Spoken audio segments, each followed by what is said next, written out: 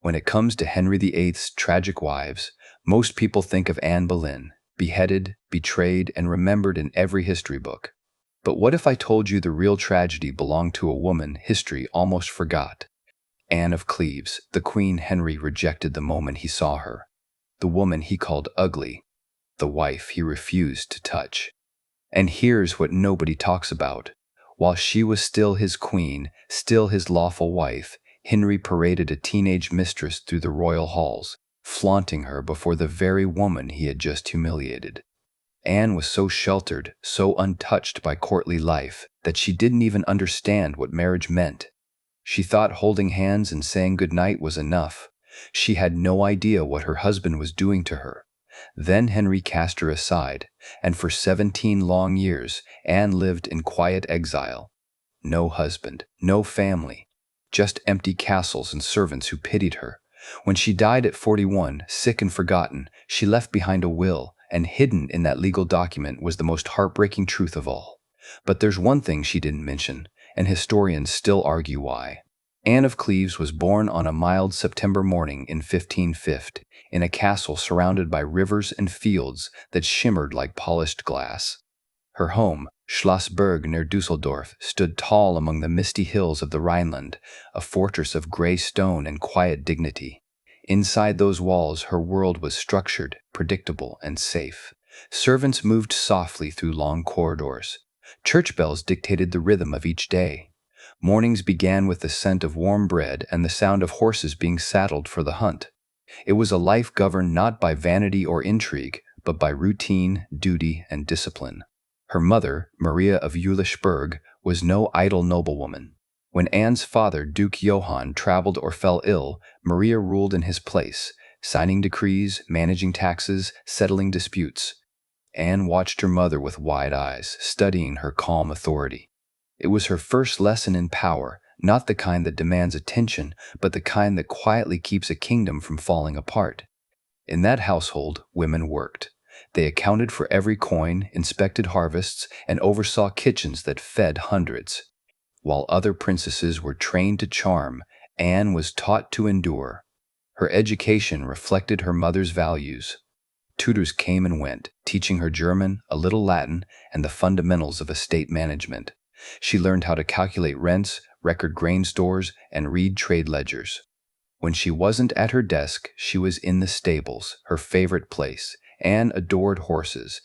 She was fearless on horseback, galloping across open fields until her ladies begged her to slow down. Those rides became her escape, her brief rebellion against the walls that defined her world. Evenings were filled with music and laughter, though never the polished grace of royal courts like England or France. At Cleves, entertainment meant lutes, dances, or family dinners that stretched long into the night. Anne's siblings, Sibylla, Wilhelm, and Amalia, were her closest friends. The sisters embroidered, read poetry, and gossiped quietly about politics they didn't yet understand. The household was warm, practical, and deeply religious, though even faith here came in shades of gray. Her father leaned Catholic, her sister Sibylla fiercely Lutheran, and her brother Wilhelm favored whatever kept peace among them. Perhaps this early exposure to divided beliefs taught Anne something rare in her century: tolerance. She grew up seeing contradictions everywhere. Priests who preached humility yet wore gold, knights who swore loyalty yet sought power. From these lessons, she learned that peace was fragile and that silence often protected survival. Her temperament became steady, calm, and deeply private, qualities that would one day be mistaken for dullness by a man incapable of understanding her quiet strength.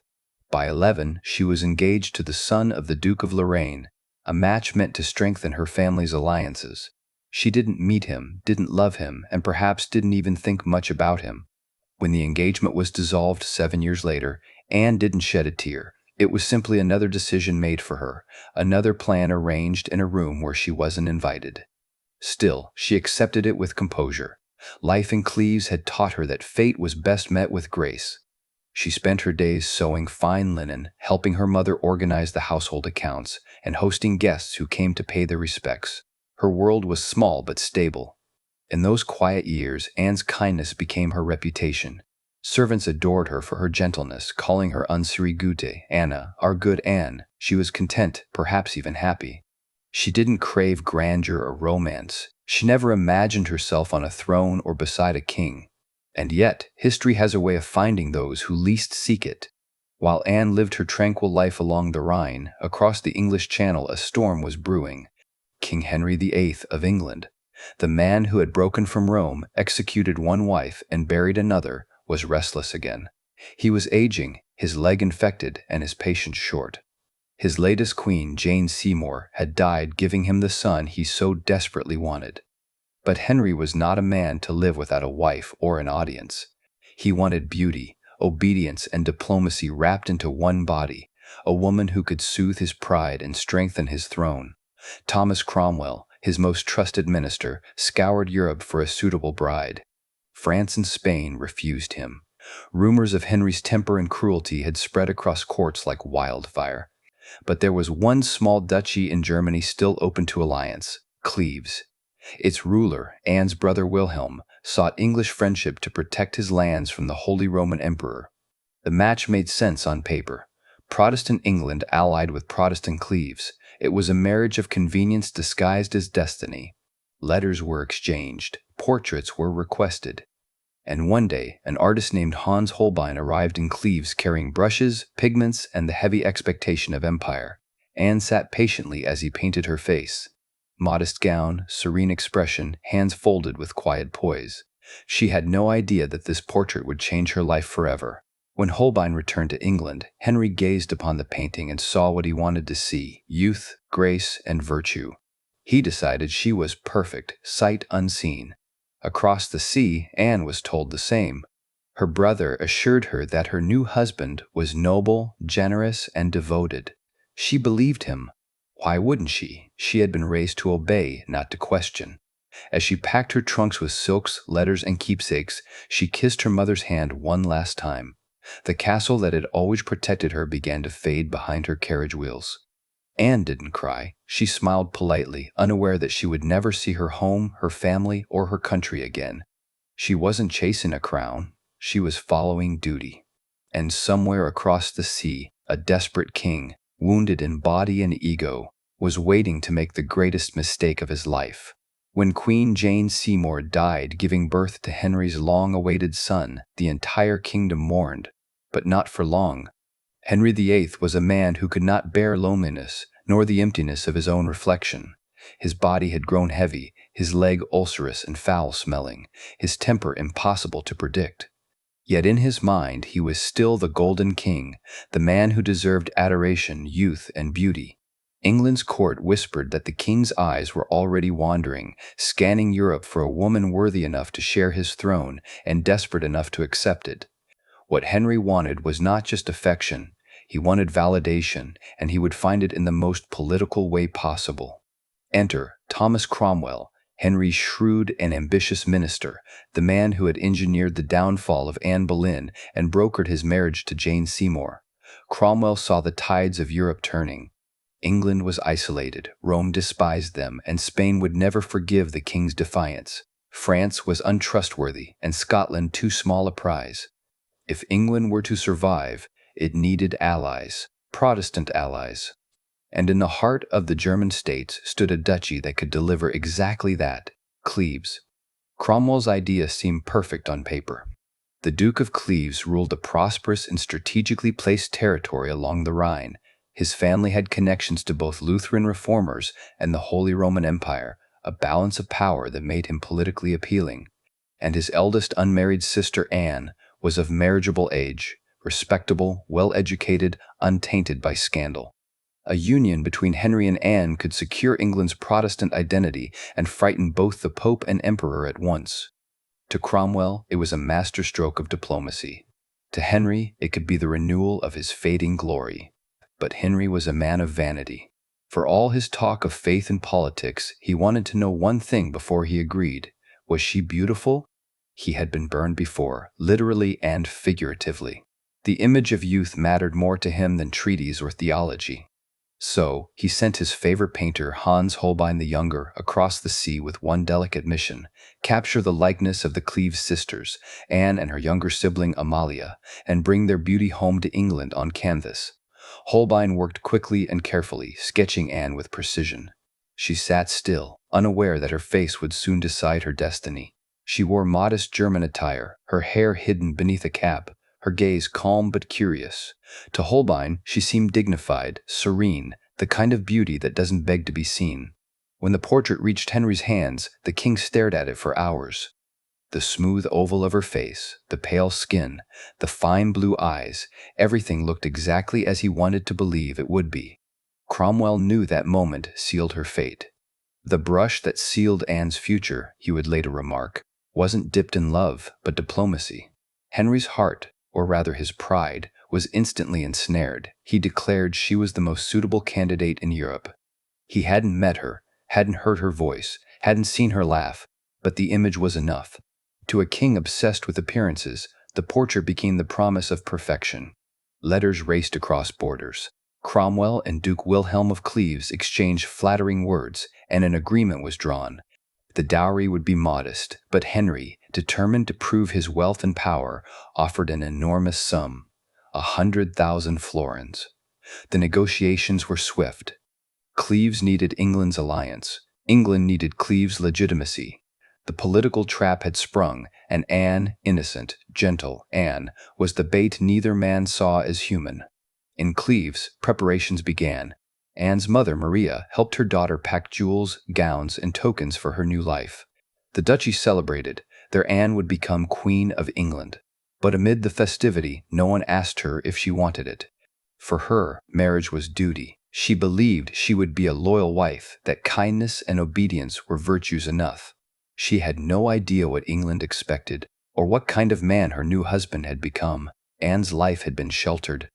She knew how to manage estates, organize feasts, and sew garments, but she had never been taught the intricate dances of courtly seduction. She couldn't play the lute or sing in French, couldn't flatter or tease with practiced charm. She was raised to be useful, not enchanting, and to Henry, that difference would soon be everything. As the year drew to an end, her departure was arranged. In November 1539, Anne said goodbye to her family at Dusseldorf. Her mother's parting words were simple: "Be gentle, be faithful, and God will guide you." She wept as the ship prepared to leave. The waves were rough, the air cold, and the English Channel did not welcome her easily. The journey that should have taken days stretched into weeks. Storms raged across the North Sea, delaying her passage.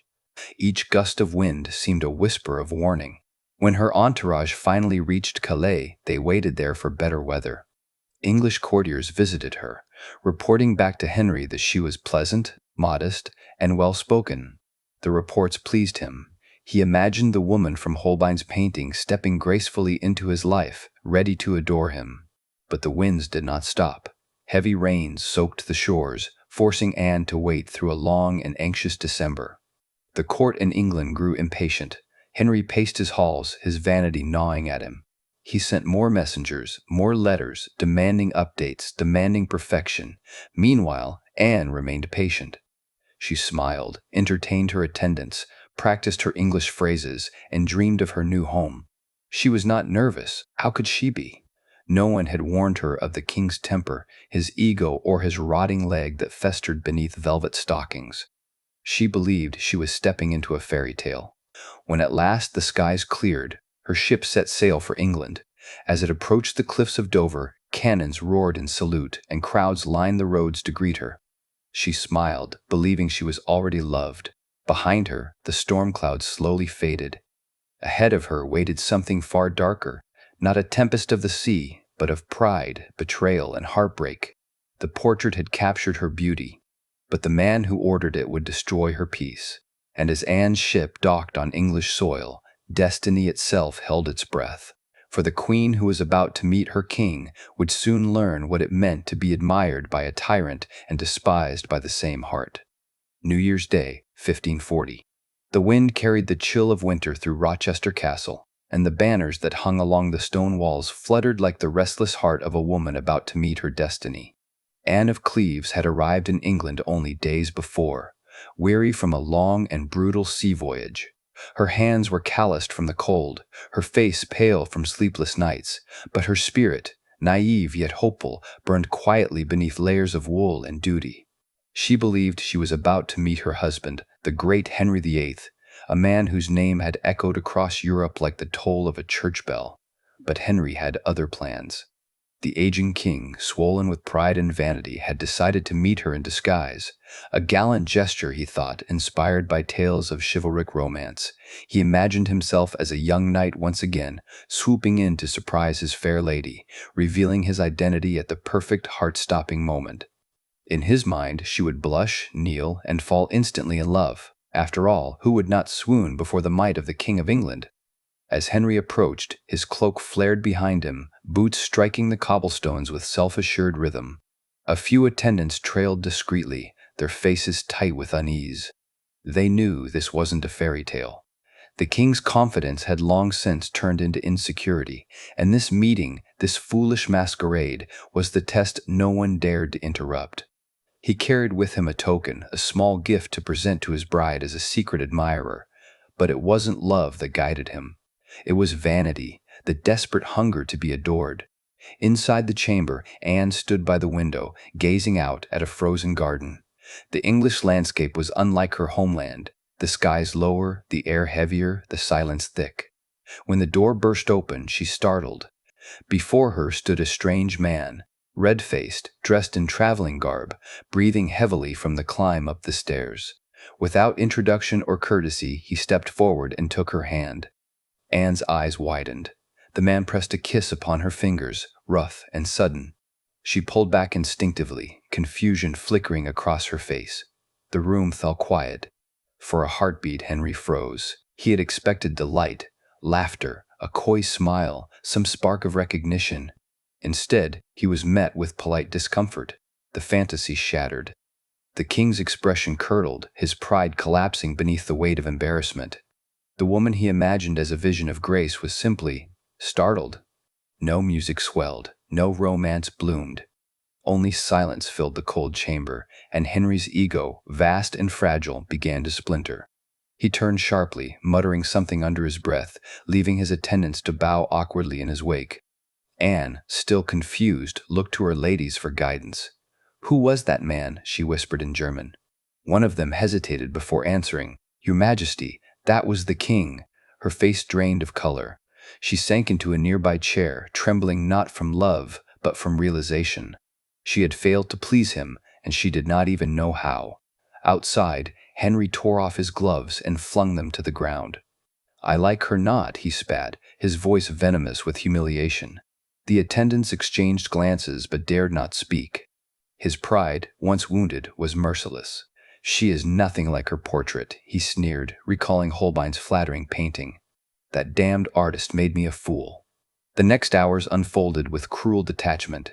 Henry retreated into silence, ordering his council to continue with the marriage preparations, but his decision was already made. He would marry her out of necessity, not affection. His heart had already turned cold. The court soon echoed with whispers. "The king does not find her pleasing."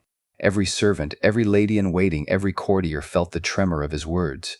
Anne, meanwhile, tried to recover her composure. She rehearsed her English greetings, smiled through dinners, and pretended not to notice when the king's glances grew shorter each day. She did not yet understand that one small moment, one startled reaction, had rewritten her life's fate. To the world, she was about to be crowned queen. To Henry, she was already a mistake. On the morning of their wedding, Henry stood at the altar, his jaw tight, his eyes hollow. Anne walked toward him in silver and white, her hands steady, though her heart thudded like a frightened bird. The ceremony proceeded, the vow spoken, the crown lowered upon her head.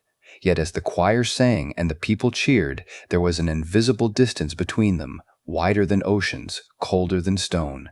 That night, the silence was unbearable. Servants waited for the customary signs of royal consummation, but none came. Instead, Henry emerged from his chamber at dawn, his expression grim. When his courtiers dared ask, he dismissed them with a wave. Later, in private, he mocked her innocence, claiming he had tried, but could not. It was not his failing, he insisted, it was hers. Anne remained unaware of his cruelty, still writing letters to her family, describing her gratitude to the English king and her hope to learn his ways.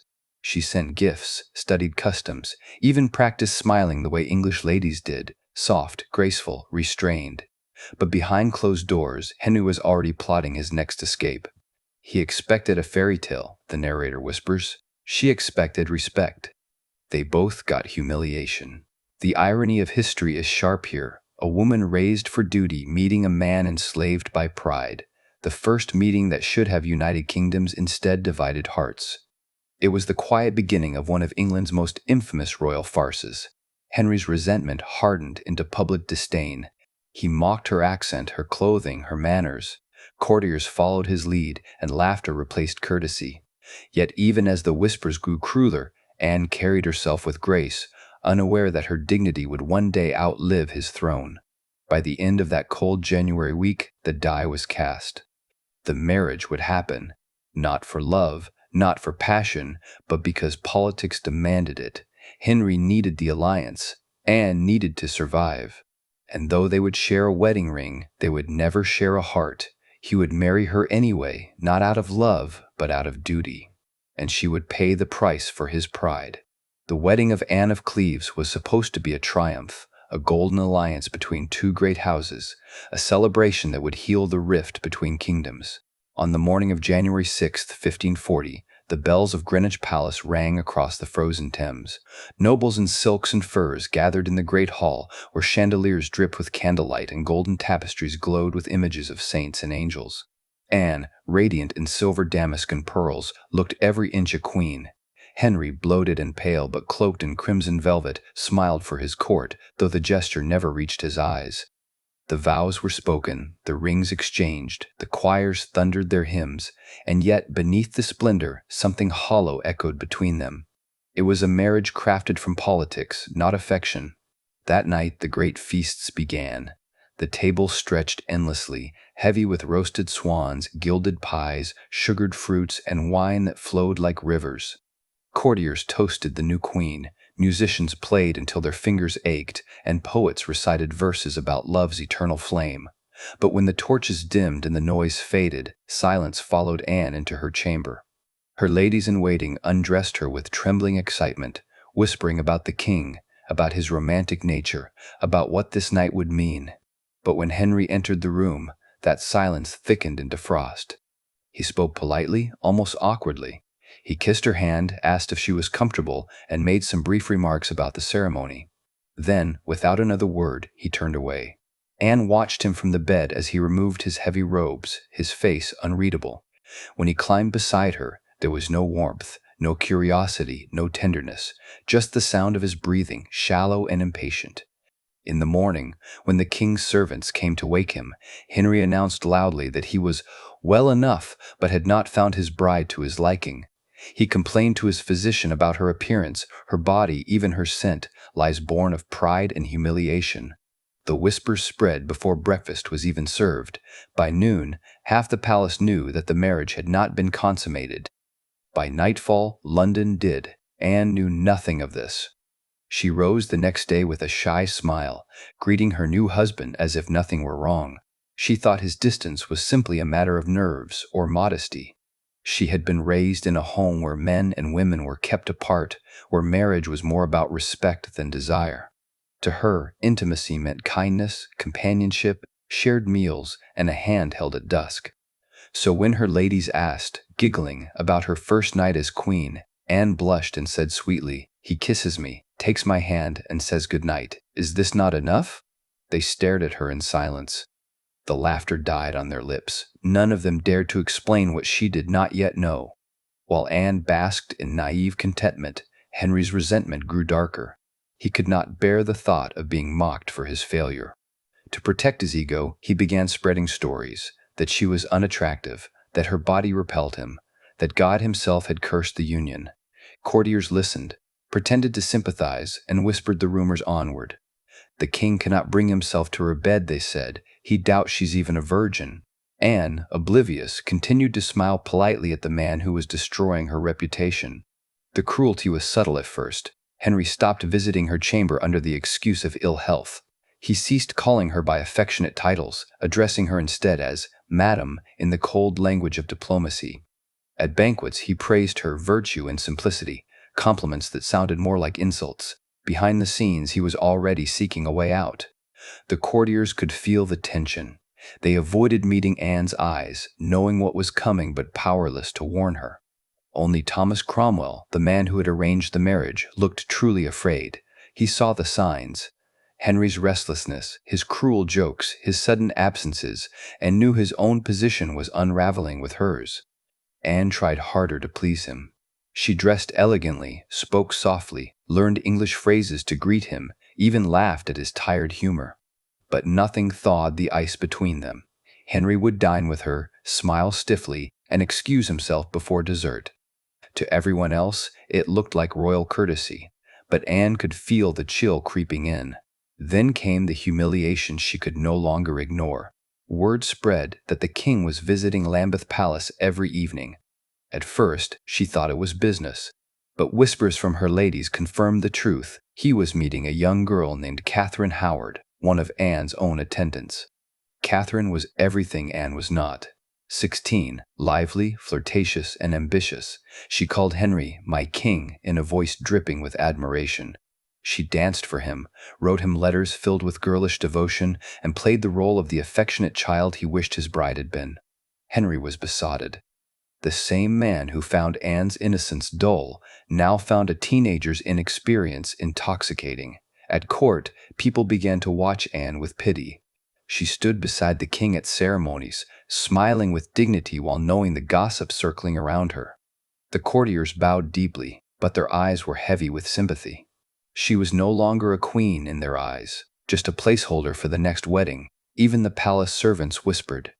The maids who had once envied her jewels now murmured behind her back. Every whisper was a blade she pretended not to feel. Yet, remarkably, Anne never lashed out. She never raised her voice or demanded justice. She continued her duties, attended prayers, and treated everyone, even those who mocked her, with the same gentle courtesy.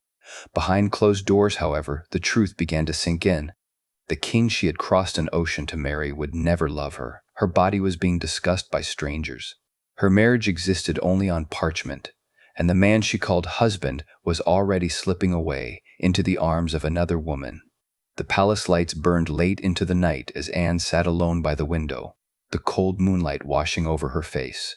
Outside, she could hear the sound of distant laughter, Henry's laughter, echoing from across the river. She closed her eyes and whispered a prayer in German, asking God to make her brave enough to endure what was coming, because deep down, Anne of Cleves already knew, when a king grows restless, someone always pays the price. The air inside Richmond Palace was heavy with midsummer heat, but Anne of Cleves felt only cold. Servants whispered in corridors, messengers came and went carrying sealed documents, and every time a door opened, she thought it might be him, Henry, the husband who had not touched her for months. The husband she still called my lord, the husband who was preparing to cast her aside. The pretense had ended. 3 weeks earlier, Henry had sent her away from court, claiming there was plague in London. But now Anne understood the truth. The sickness was not in the city, it was in her marriage. Rumors reached her faster than official words ever could. The king was in love again, they said, with a girl not even 17, Catherine Howard, one of Anne's own attendants. The courtiers who once bowed to her now bowed to the new favorite.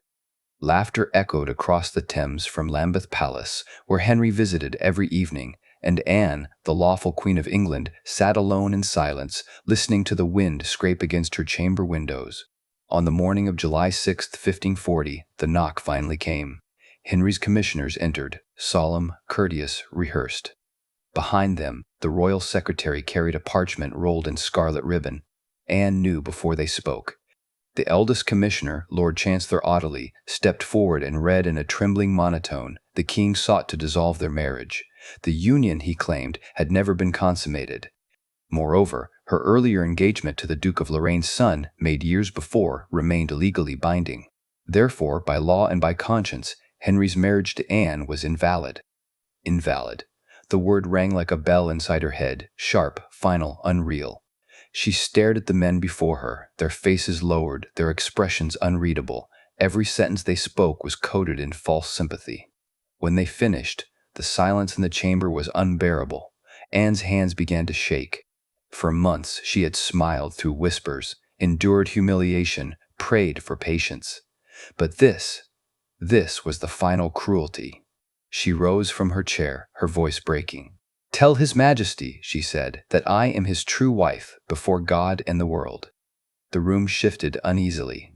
She was crying now, openly, helplessly, years of obedience all for nothing.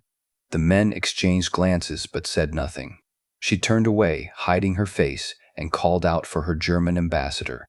"Bring the envoy from Cleves," she sobbed. "My brother must hear of this.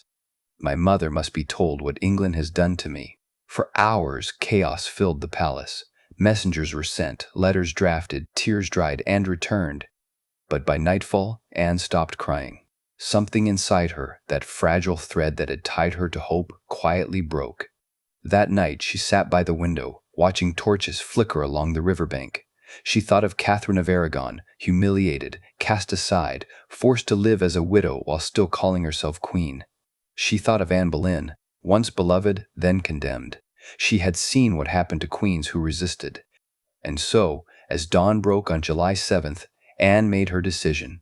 When the commissioners returned the next day, she was calm. Her eyes were swollen from tears, but her voice was steady.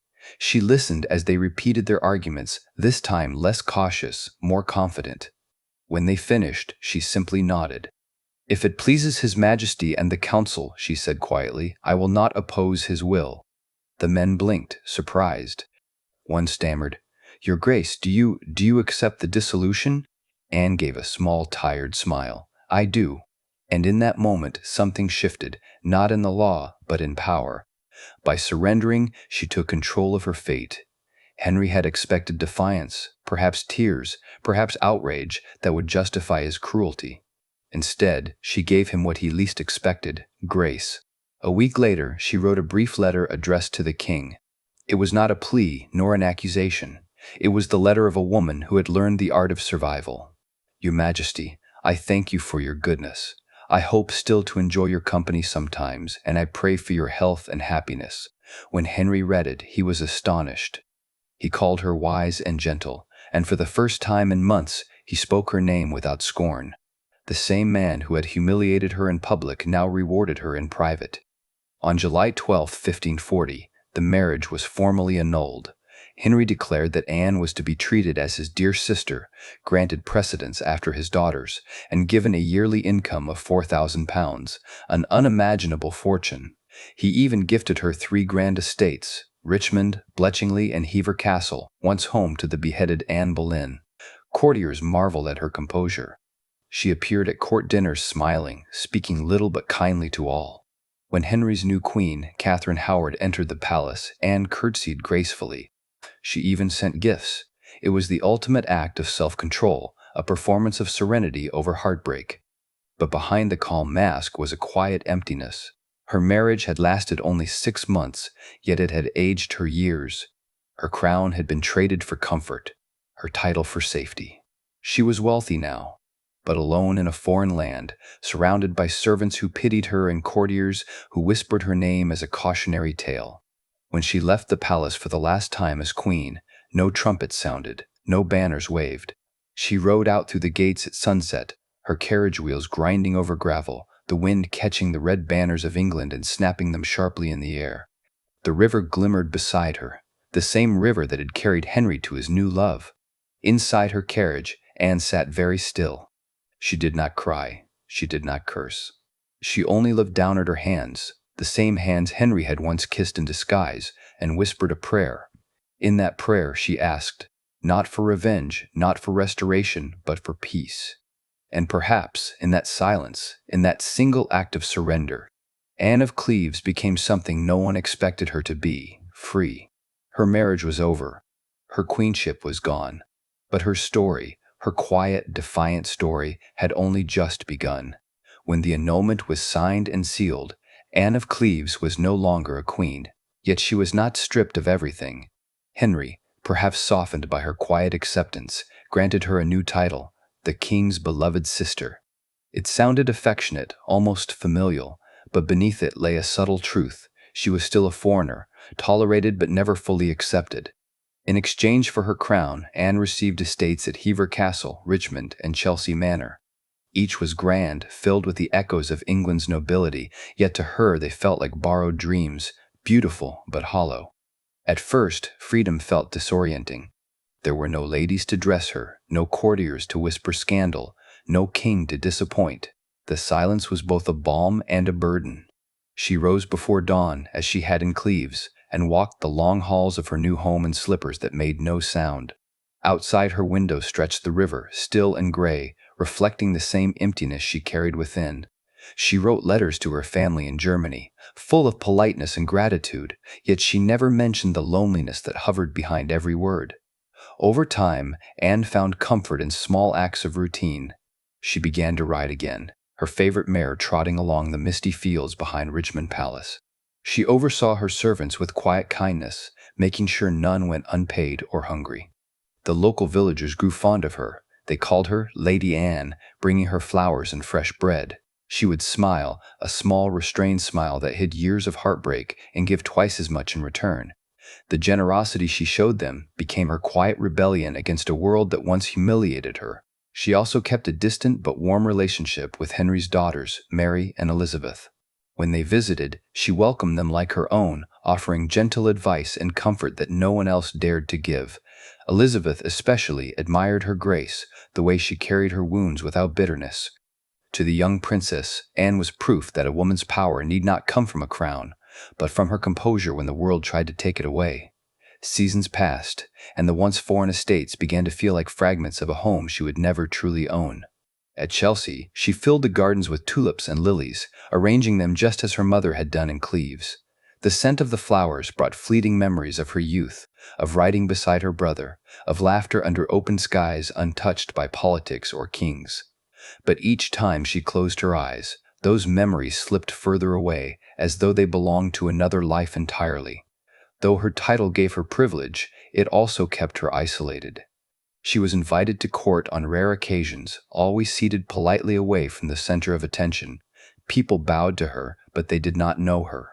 Behind every polite smile, she sensed the same question in their eyes, the same cruel curiosity. Was she really as plain as Henry had said? Anne learned to meet those stares with grace. She never spoke ill of her former husband, never defended herself, and never corrected the lies. Her silence became her armor. In time, England forgot she had ever been queen. The songs and stories spoke of Anne Boleyn's passion, of Catherine Howard's scandal, but not of Anne of Cleves's quiet endurance. Yet she did not seek remembrance. Her peace was not in fame, but in the simple rhythm of ordinary days, tending gardens, sharing meals with servants, watching the sun dip behind the Thames. For the first time, she belonged to no man, no title, no nation. Sometimes, in the stillness of night, she would stand at her window and whisper a prayer in her native German, a language no one around her understood. It was her way of keeping a fragment of herself alive in a world that had tried to rewrite her. And though she smiled often, there was always a touch of sorrow in her eyes, the quiet grief of a woman who had survived history but not belonging. She had escaped the axe, the scandal, the ruin that consumed so many of Henry's wives, but she also escaped the one thing she had longed for all her life, true companionship. Her freedom came at the cost of connection, and she bore it with unshakable grace. For the first time in her life, Anne was free and utterly alone. By the winter of 1557, Chelsea Manor had fallen strangely quiet. The echo of laughter from visiting nobles was long gone. The tapestries hung faded, the air smelled faintly of herbs, and only the soft shuffle of servants' feet broke the stillness. Anne of Cleves was no longer the bright, hopeful woman who had once crossed the sea to marry a king. Time had softened her face, silvered her hair, and dimmed the lively spark in her eyes. Yet there was a calm about her now, a serenity that neither rejection nor exile could take away. She knew her body was failing. The chill in her chest never left, and even the simplest breath felt heavier each morning. But she refused despair. "Let us not weep," she would whisper to her maid. "I have had enough of sorrow." For 4 quiet days she dictated her final will. The candlelight trembled on the parchment as her trembling voice carried through the cold chamber. Every word she spoke was deliberate, every name remembered with affection. To her servants, those who had remained loyal long after the court forgot her, she granted a full year's wages. "They kept my house warm," she said softly, "and my heart even warmer." To the poor of Chelsea, she left a small fortune to feed them through the coming winters.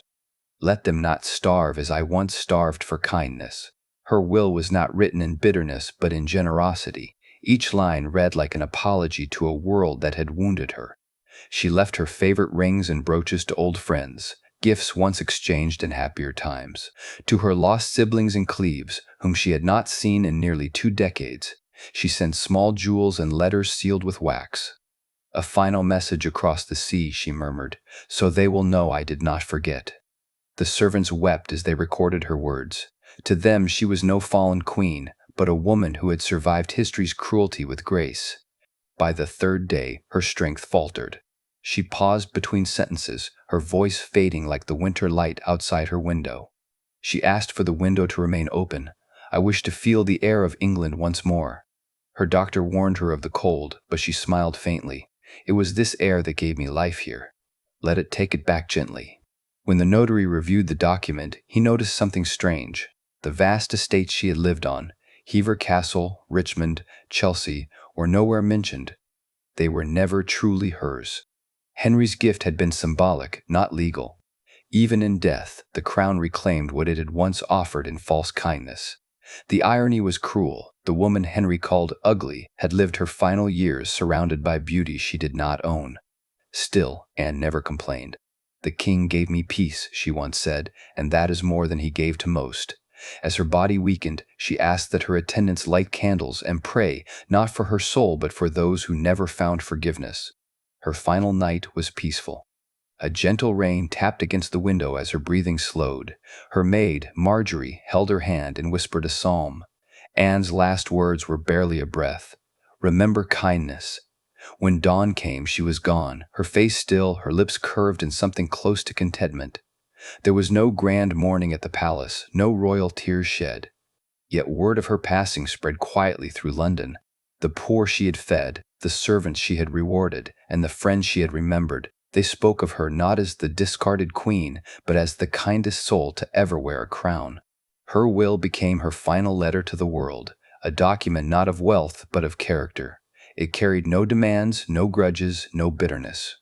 Only remembrance. She died not as a queen, but as a woman who refused to hate. And in that refusal, she became something far greater than royalty. The news of Anne of Cleves' death reached the royal court on a quiet July morning in 1557. There were no royal proclamations, no grand mourning processions through the streets of London. Yet when Queen Mary, daughter of Catherine of Aragon, heard of Anne's passing, she ordered a funeral befitting a queen. It was an act of grace, a gesture that Anne herself might have never asked for, but surely deserved. For years, she had lived quietly, forgotten by most, remembered by few.